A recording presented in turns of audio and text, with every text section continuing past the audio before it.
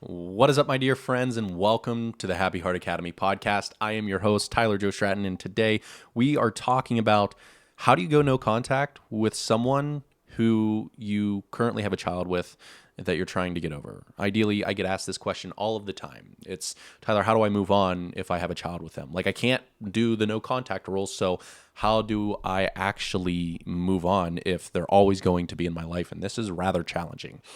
But we're going to talk about 8 different ways in which you can implement different strategies and techniques so that you can begin to move on and start to heal and create the space needed to heal. This is something that I've talked about many times with my coaching clients as well as my course, people who have walked through the course and they might have a question about, okay, well, what do I do now that I'm ready to move on, but I find it challenging to move on because they're constantly in my life because I have a kid with them. And I hope that you find the answers that I'm about to supply you with helpful, and it can kind of support your cause to feel a little bit more hopeful about being able to actually move on and progress forward, even if you have a child with them. I know how difficult this is because one of the greatest ways in order for you to move on is by practicing the no contact rule. It's creating the space that you need for yourself and separation that you need for yourself in order to actually heal your brokenness, to heal your heart, to spend time alone, to detach from your ex so that you don't have find yourself in this never-ending cycle, unable to move on because you're constantly attaching yourself to them, or you're getting mixed signals from them, or you go drop your kid off and you guys have a conversation that causes a lot more pain than it does of just the exchange of the child from one parent to the next, right? I think you know what I'm talking about if you're currently going through this. However, if you're not, I'm hoping that you find this as valuable as well, because you can also follow these 8 different rules that you should ideally follow if you don't have a child, because they're just good rules to implement into the practice of the separation, into the practice of creating space for yourself to heal. So like always, my friends, let's dive into today's episode. And if you do find this podcast episode helpful, supportive, encouraging, and or uplifting, I mean, come on. Be the dealer of hope today. Give this out. Send it out to someone that you feel like could use this information and apply it into their own life so that they can finally get a grip on their life, move on, and reclaim what is theirs, their life. But before we get started, I also want to say that, hey, my dear friend, below you can find a free training on how you can finally move on. You're going to get the roadmap that's going to teach you the 3 powerful steps that it's going to help you to move from heartbreak to happiness, from chaos to control. And if you want that, click the link below. For there, you will find the free, it's roughly 30 minutes or so, but it's a helpful training and class that you can dive into for absolutely free today as you learn the 3 major steps that everyone must take if you want to begin to move on and let go and reclaim your life after heartbreak. Now on to today's episode. So today, if you are currently struggling to move on because you have a child with your ex, I hope you see your child as a beautiful blessing and not a curse. Because I've talked to a couple people who have said that I love my child deeply, but it's a bummer that I see him in her or her in him. You know what I'm talking about. They do things that remind you of your ex, and it's so challenging to build that relationship of, with your kid when you feel and associate some pain to the creation of your kid because you're heartbroken. Now there should be separation between that, but nonetheless, I want to talk about the no contact when you have kids together, or even if you work together with your ex, because this is a case for a lot more people than I actually thought was a thing. I didn't know how many people actually found their significant other in the workplace. It's dangerous. That's dangerous. I don't know. I probably wouldn't do that or advise that, because what if you do break up? Then it's like your career's on the line, your relationship's on the line, your stability's on the line. It's just a lot going on. But if you are struggling with either or, whether you have a kid with them or you work together, this is going to be for you, because we are not going to just talk about the no contact. We're going to talk about a topic called the reduce contact rule. Now, it's absolutely impossible for me to follow the rules because we have children together and we both take care of them. This is something that most people say. It's impossible to follow the no contact rule because I have a kid with them or I currently work with them. This is when you must begin to apply the reduced contact rule. Okay, and the reduced contact simply means it's a matter of having minimal physical contact with your ex and keeping everything strictly business related. That's what this means. That if you just understand that definition and you practice that alone, you're going to be practicing the reduced contact rule. So this is literally it means to have minimal physical contact. Minimal physical contact, okay? And it also means you have to keep everything strictly business related. That means every conversation is about your kid, not about their life, not about their job, not about if they're dating, if they're not dating, are you seeing someone, are you not seeing someone, are you is there still a thing here? It's you literally trying to create the space needed in order for you to heal. So no falling for manipulation attempts, no games, no arguing, it's strictly business. So there are a certain set of rules that everyone has to follow to protect themselves from self-sabotage while trying to take care of, your child, your workspace, your circle of friends. So I want to talk about the 8 rules that can help you to reduce contact with your ex so that you can heal, so that you don't have to go through the manipulation attempts or the mind games of, do they love me or do they not want to be with me? Do they, it's those attempts of manipulation. It's those attempts of confusion. It's those attempts that cause you so much pain and you're holding on to a potential future with them that is going to end up destroying you. So hear me out. These are the things that you can do if you're finding it hard to move on from your ex because you have a kid with them or you work with them. Number 1 is you have to eliminate all unnecessary contact. Like, how are you currently reaching out to them? Are you still following them on their social media platforms? Are you still emailing them? Are you snapping them? Are you still hooking up with them? I always tell anybody I work with that you have to eliminate all unnecessary contact. And ideally, this means that you only meet with them when it's absolutely a necessity. Avoid any other encounter under all costs. So once again, I don't need you to be fishing around to try to figure out what they're doing, who they're with, where they're at.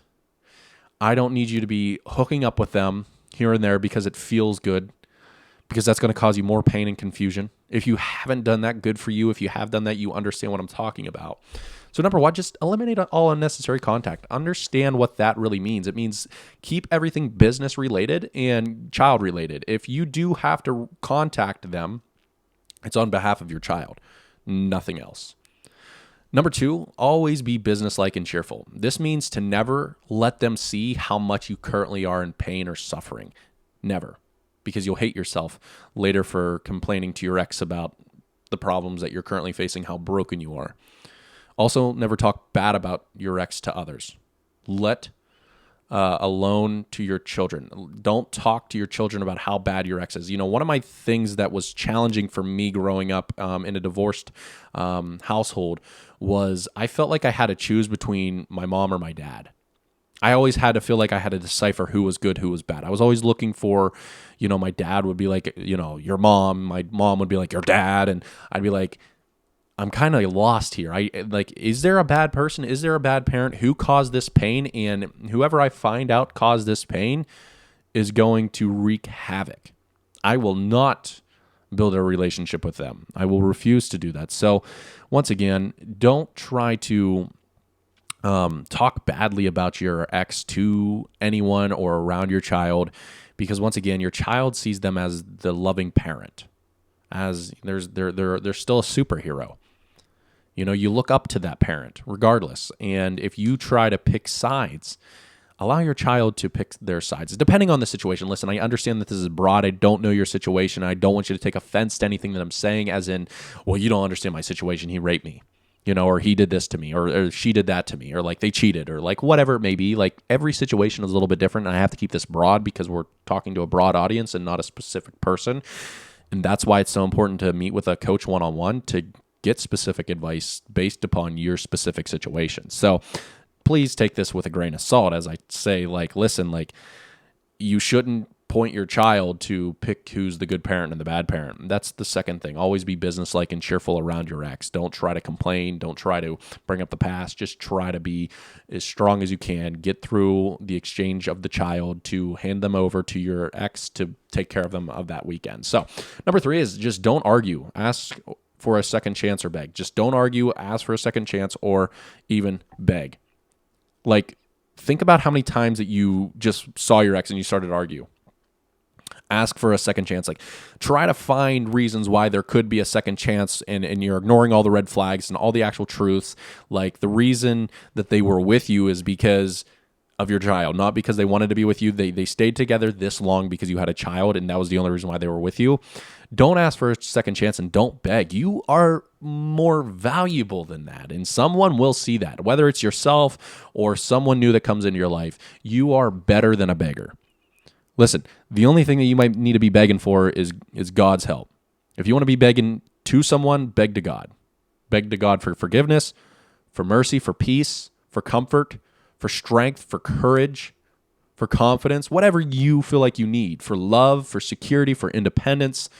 Beg to God, not to someone else, because it's not going to do you any good. So that's number 3. So when you're around your ex, don't beg, don't argue, don't ask for a second chance. Number 4 is keep conversations only professional and kid related. This is so very important as you contact one another, as you meet with one another, as you exchange the kid. You know, it's like no personal conversations whatsoever. Terrible idea. Terrible idea. Once again, it's nothing about their private life. It's how are you doings. It's no questions related to the private life of your ex. I mean, that's going to be challenging for most people. Listen, you just have to implement a couple of these things. You don't have to implement all 8 of these, but just a few of them. Just kind of keep them as a reminder. Write them down. Take some notes. Have some fun with this, because listen, like, you don't want to ask your ex, you know, hey, are you currently dating? Because if you do and they say no, then you're going to be like, oh, there might be hope. There might be hope. There might be hope that the reason why they're not dating someone is because they're thinking about working more on themselves so they might get back and we can be a family again. That is quite the line to cast there. So don't ask. Just keep it kid related, like business related. Like, I know that's painful, but you can't heal in the same place that made you sick. So if you're continuously staying around your ex and trying to stay involved in your ex, still trying to have family time, still trying to have sex with them, still trying to have normal conversations about Christmas, Thanksgiving time, all of that stuff, how can we be together? Listen, you're not going to be able to move on. The goal of the Happy Heart Academy is to help you to be able to move on from a state of suffering to a state of happiness, to be able to feel like you're more in control of your life and yourself and your emotions. And a part of this is helping you work through breakups, and because that's what caused your heartbreak, and that's what causes pain, and this is what causes the suffering, and this is what's causing, you know, the lower quality of life. So how do we move on? Well, these are some of the things that you can do to move on. You got to practice the reduced contact rule. Number 5, if you can't talk, then write. I find this so important. You know, if you can't talk to one another, I know this is like preschool, but like, if you can't have an adult conversation without arguing in front of the child, then you need to go back to snail mail and you need to write letters to one another.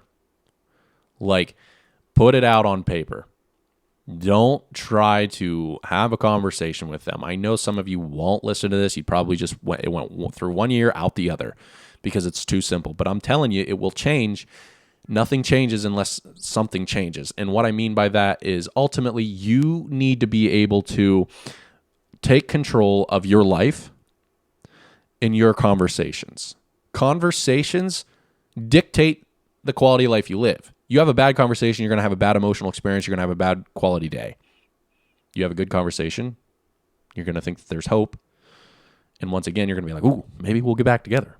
No, this is a broke mentality that's going to keep you trapped in that never-ending cycle of being played, which we'll get down to number 8. But number 6 is protect the child. Don't allow your ex to use the child as a way to get to you, and don't do it to yourself. Act in front of them as an adult who you respect each other. The child must be protected at all costs. This is simple.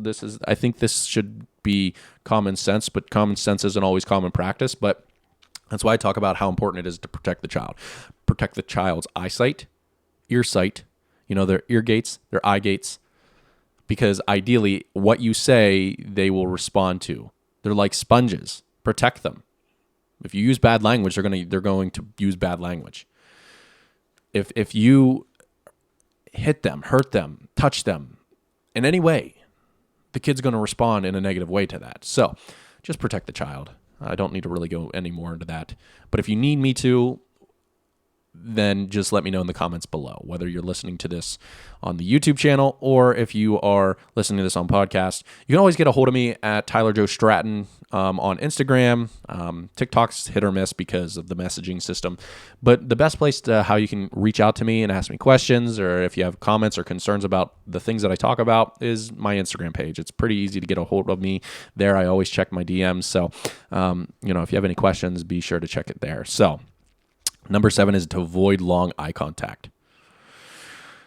I think this is so good because I think if you want true connection with someone, like, you look into their eyes. If you want to sense them and feel them and like touch their soul, you look into their eyes.